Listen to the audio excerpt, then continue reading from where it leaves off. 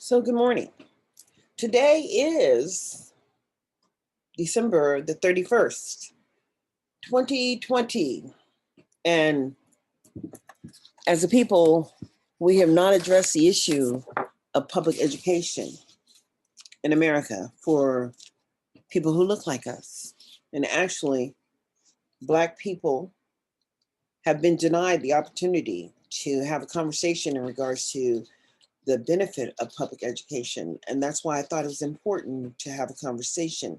This is a Zoom meeting. Maybe other people will log in or try to come in. I did post it on, however, Facebook, on my Facebook page. A lot of people are definitely afraid of technology and therefore don't really join in. So, what do we say about America and where we are in America as Americans?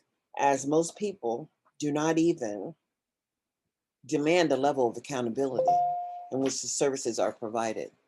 We have to understand that failure has been an option for public education for African American children since the onset. I mean, some people were not benefiting always, and some people were benefiting.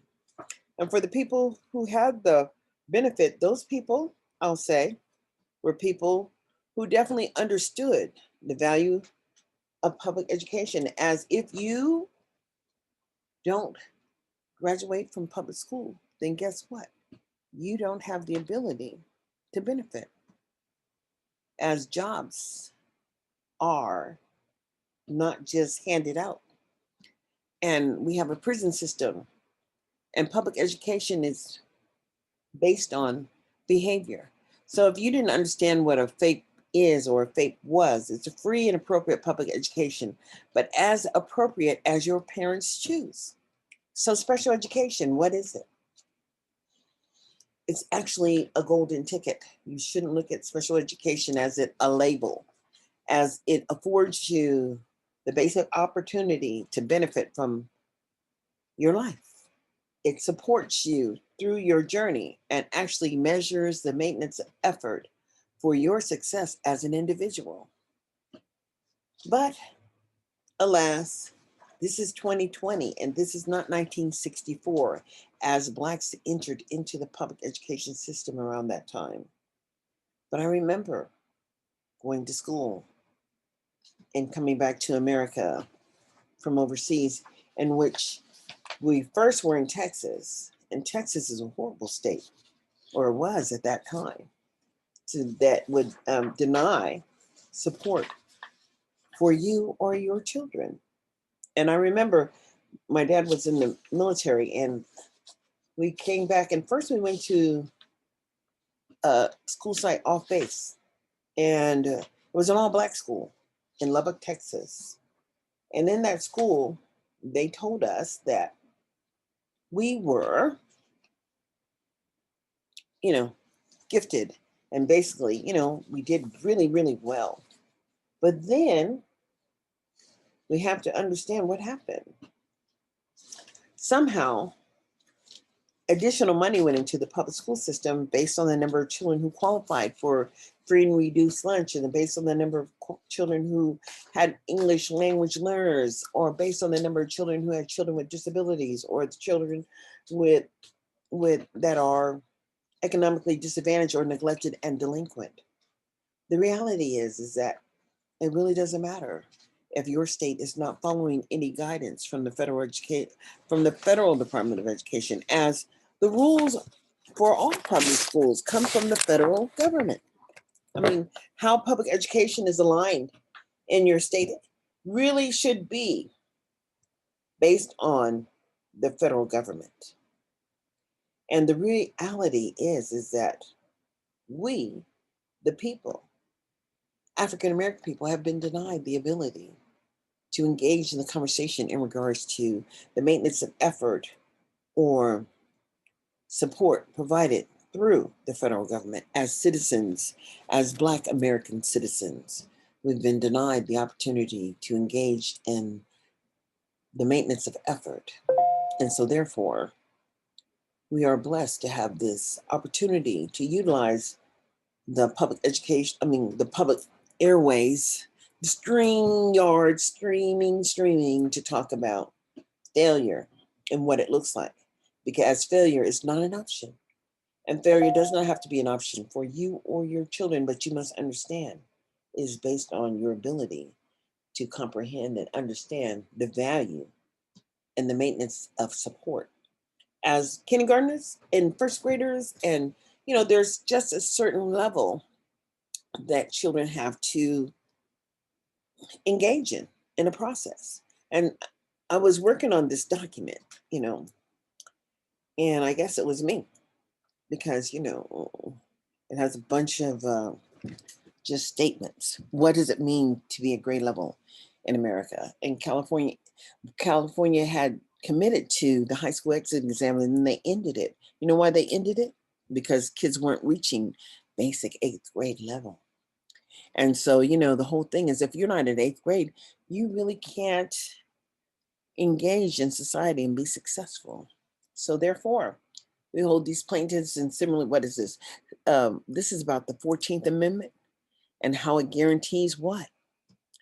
The court did not close with an order to implement a remedy integrating the schools of various jurisdictions, but instead requested the parties reappear before the court in the following term in order to hold arguments on the issue of 41. This became a case called Brown versus 2 and is described below.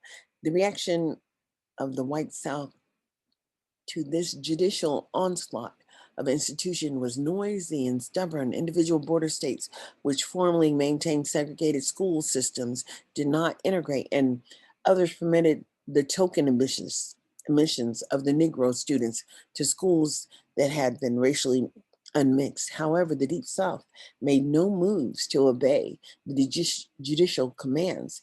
In some districts, there can be no doubt that desegregation was harder and hardened resistance to integration proposals. But that's why we have to look at magnet schools and magnet programs. And the intent behind magnet schools is really to promote integration. But the deal is that if you can look at a district, like I looked at Clark County, and analyzed and reviewed their data and their outcomes, because in order to evaluate a public education system, one must first look at the graduation rates, and then you look at the student attainment rates. So how many kids in the first grade made it to first grade level, but by the third grade, how many children were actually reading? And if those children were not reading, what happened to those children and how the district tried to support those children? As we know that we have all these positions that are paid out of Title I in federal allocations. And the federal allocations and the federal support goes to help your state with children who are not meeting proficiency standards. So, the whole thing is that, what should we do? What should we do? See, the California High School Exit Exam was an examination created by the California Department of Education that was previously mandated to administer high school statewide in order to graduate. So all students in the state had to take this. My children actually passed, but there were so many children who didn't pass. But the mere fact that my children passed and two of my children were in special education, that demonstrates that children can actually learn. And the responsibility for learning falls upon the parent. Even if the parent can't read or write, the actual access and attainment, it all based on who? Your parent's ability to navigate the system. So failure is just not an option. And how do we measure the maintenance of effort? How do we measure the benefit of public education? Well, that would be by the number of children who, guess what? Who benefit, who transition, the number of children who actually become citizens and start voting. You know what I'm saying? Become voters. As we need to really understand the Black people in the way that they voted and the way that they organize around the outcomes and the maintenance of effort for public services is just no more. And I'll tell you why, because the clever responsibility or the clever ability to put people, certain people, in positions of power, irregardless of their level of knowledge. They just place somebody over there and then they give them the benefit of participating in the oversight process. But these people have not been trained. So I don't know what they're measuring. But I tell you one thing, I can guarantee you this, that if someone has been appointed in a position and they have no knowledge, you're not going to be able to communicate effectively with that person because they don't have the ability to have constructive dialogue with you. So therefore, we have a bunch of people who have been appointed by the system, and that really is to keep you in your place. But as an American citizen, you have an obligation to communicate effectively if you find that there are laws that are being enforced by state level laws that are being enforced by systems that are destroying your local community. And I'll say that over time, the Black community has just been totally destroyed as so many African American children don't graduate. And the responsibility for graduation, well, that falls on the state level because the obligation for FAPE comes from the federal government, not from the state. The states get the additional money to help support your children, but as a parent or a parent organization or a group, if you don't have the ability to critique the management of the maintenance of effort, then what are they saying you? What are they telling you? They're telling you that somehow you're not worthy. And because you're Black, you have to go to your leader. Well, guess what? I only have one leader in life, and it's the universe. And as the universe leads me, I shall follow. But it won't be any man, I can tell you that. So when I'm looking at how many African American children actually graduate in the state of Nevada, it's not that much. Because see, Nevada was wise. Why I say they're wise?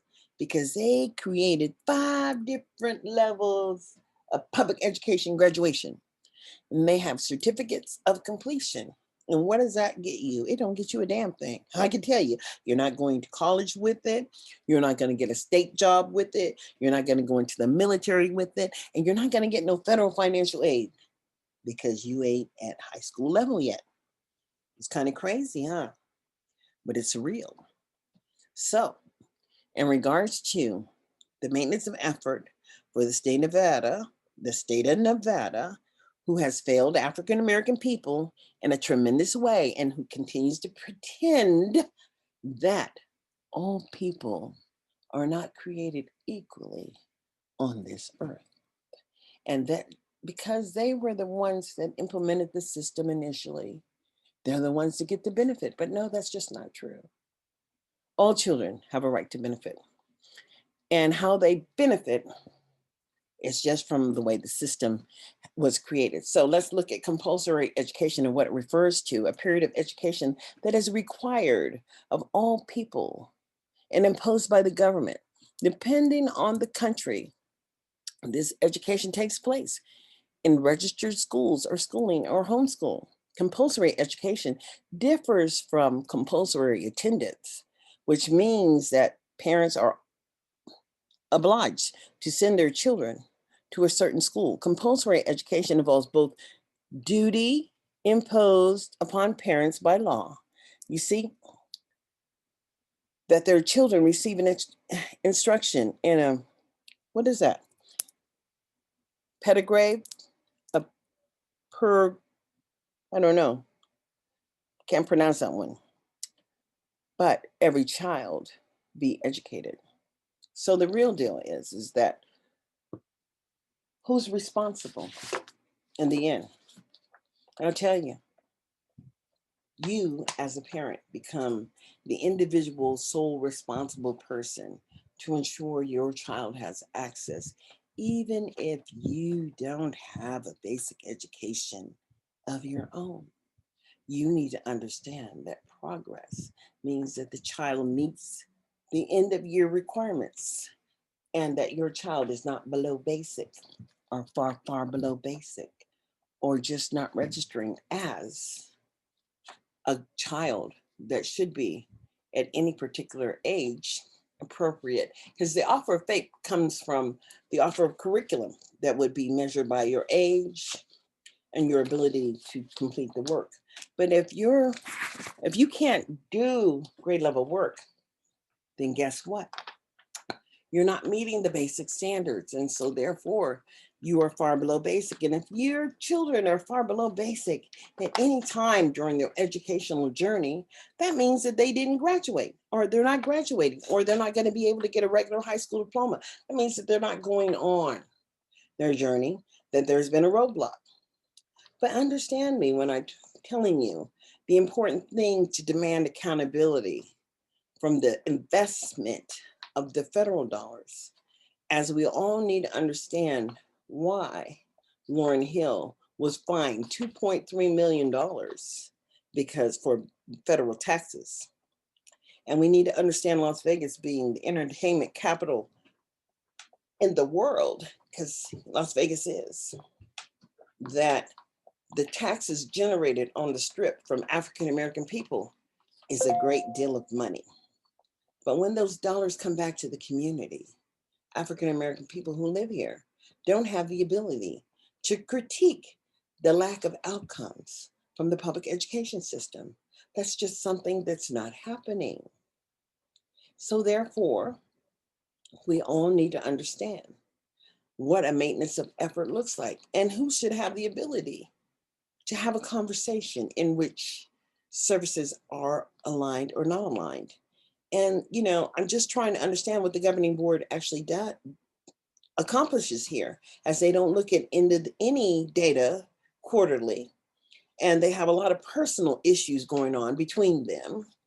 And it's just a bunch of bullshit because, quite frankly, African-American children, no matter who goes to the board meeting to share a concern, there's no interest put in it, meaning they have no interest in aligning themselves to provide support to all children. And that's just a problem to me. So everybody has to understand that what a free and appropriate public education actually is, because it is just a basic behavior, or it's a full educational curriculum aligned, standards based, age appropriate, and it's the whole works. And how do we get to the whole works? We get to the whole works because we have special education under IDEA. So let's just read this, shall we? Free and appropriate public education, of FAPE, is an educational right for all students in the United States, guaranteed by the Rehabilitation Act of 1973. Now, understand what I'm saying when I say I graduated in 1976. So obviously has been some guidance online for public education. And the Individuals with Disability Act under IDEA, under Section 504 of the Rehabilitation Act. FAPE is designed as a provision of regular or special education related aids and services designed to meet the individual needs of handicapped persons, or related aids and services that are designed to meet the needs of non-handicapped persons, and are met and based on adherence of procedures to satisfy the individual requirements under IDEA. A FAPE is defined as an educational program that is an individual program specific to child that meets the child's unique needs. Now, what does that look like in Nevada when they created this Harbor program? And I really don't understand what the Harbor is, because I don't believe that the academic curriculum aligned support by age appropriate grade level is being designed for those children, because I don't believe there's any academic support there.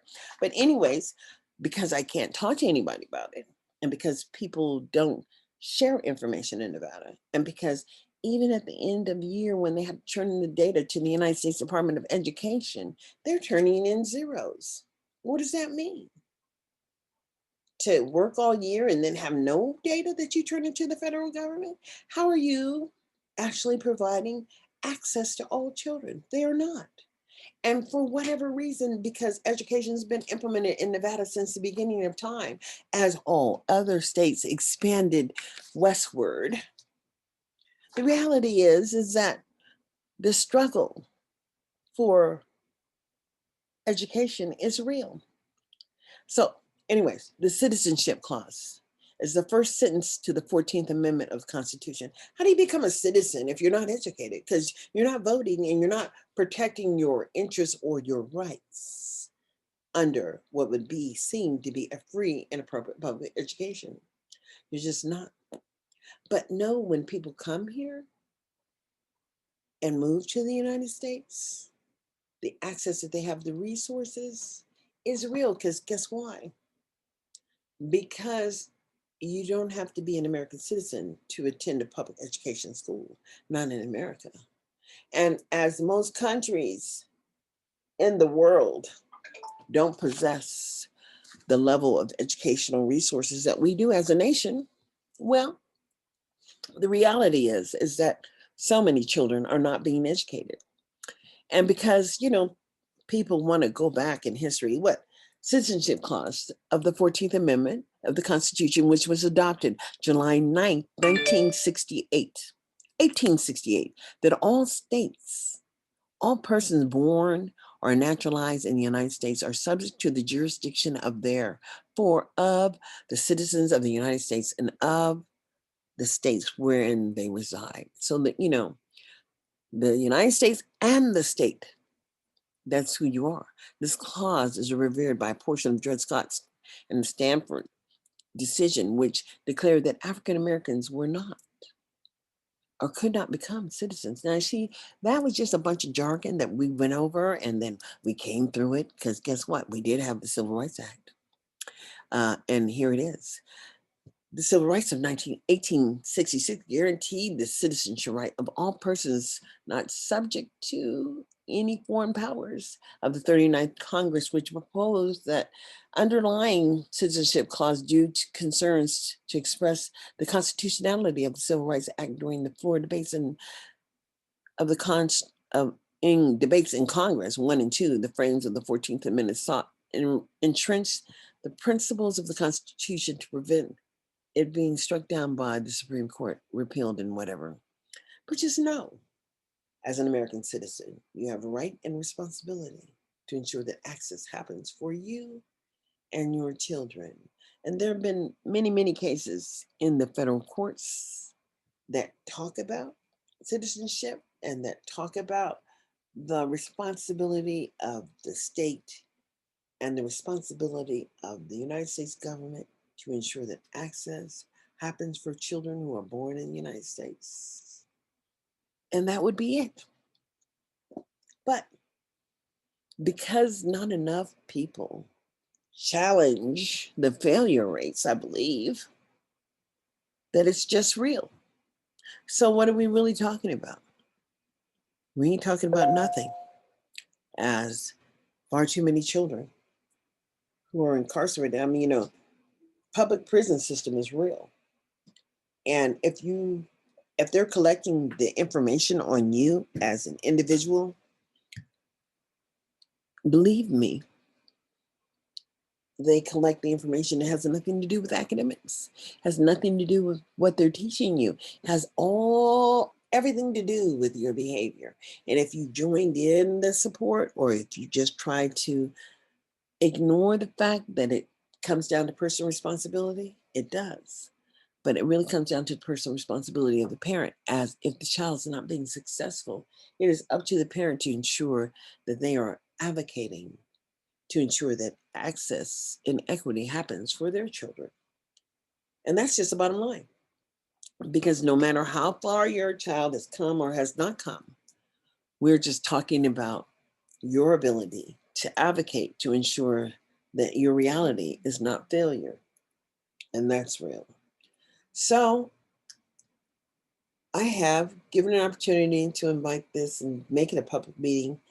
I cannot control people when they don't understand the ability that we must dialogue and we must all join in the conversation and we all must pay attention as Black people have lost so much ground in the sustainable options in public education.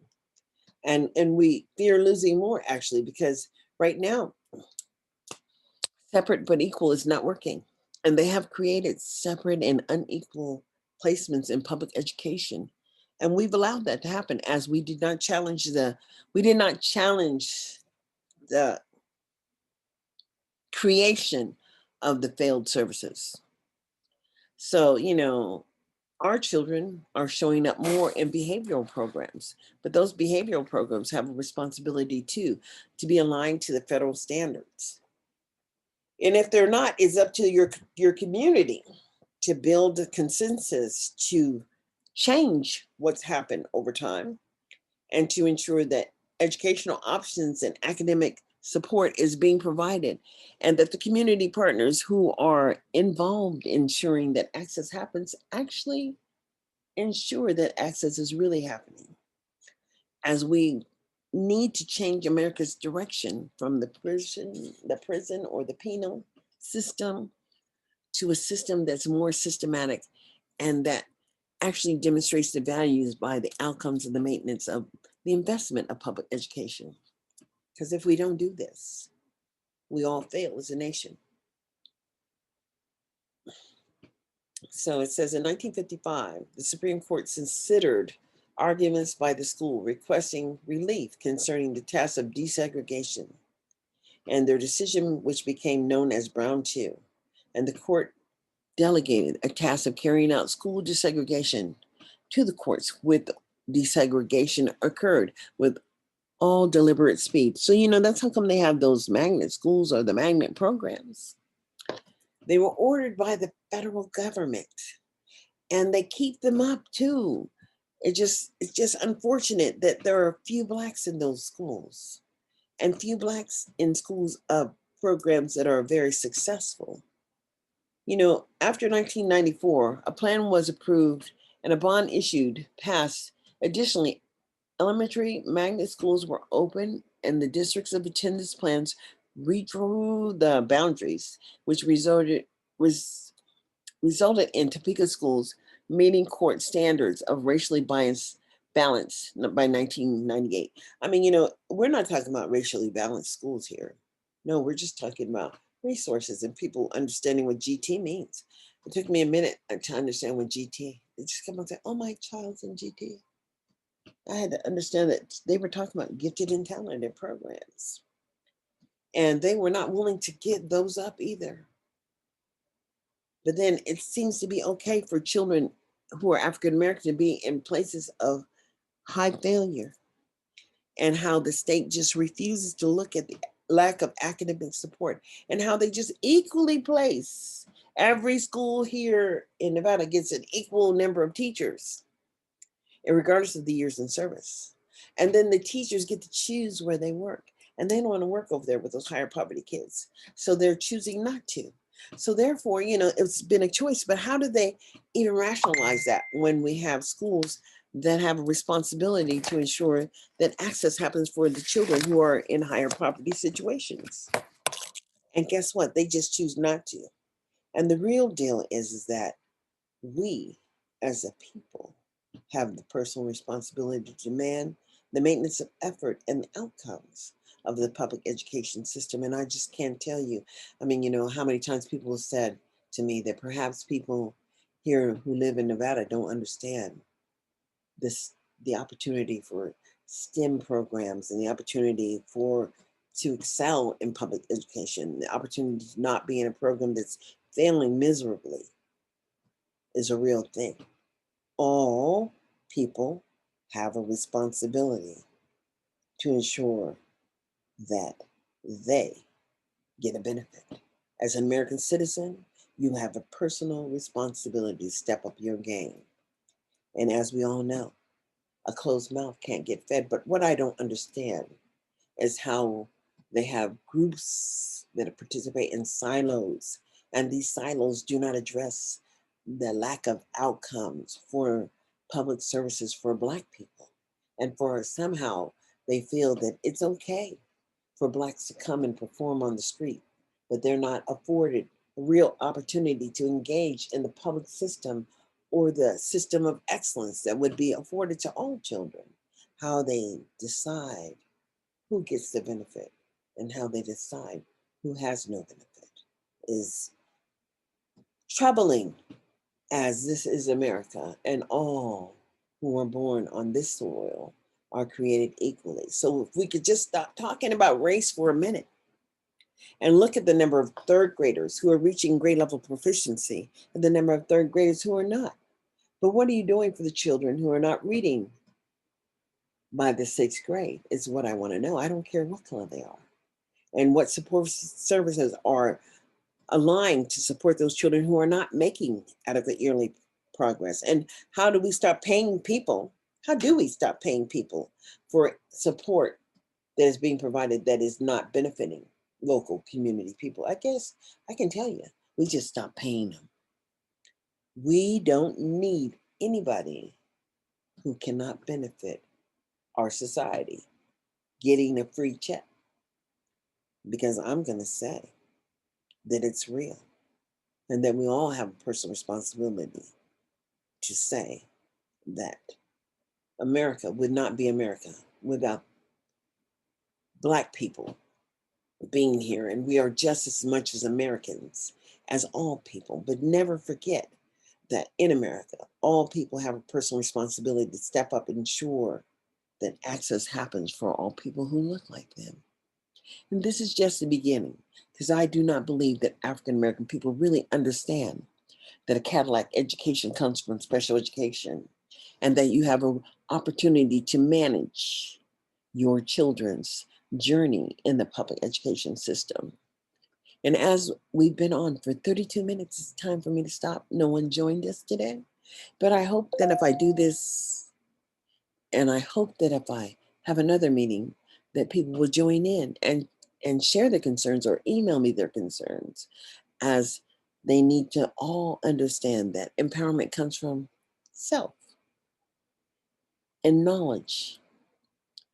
And you have to apply the knowledge that you have to empower yourself, because the rules are there for all and they affect all. So until we meet again, I'm saying later. And follow me, subscribe on Facebook. Follow me on Facebook, follow me on YouTube, follow me on Instagram, follow me on Anchor, which is a great program. And then follow me on Spotify. Hey, wherever you find me, join in, educate yourself, and know that public education comes from the federal government, and the opportunity to learn comes from the federal government, and your freedom comes from the federal government, not the states. States have an obligation to help sustain your opportunity to benefit as an American citizen. So until we meet again, let's say later. Like, subscribe, and share.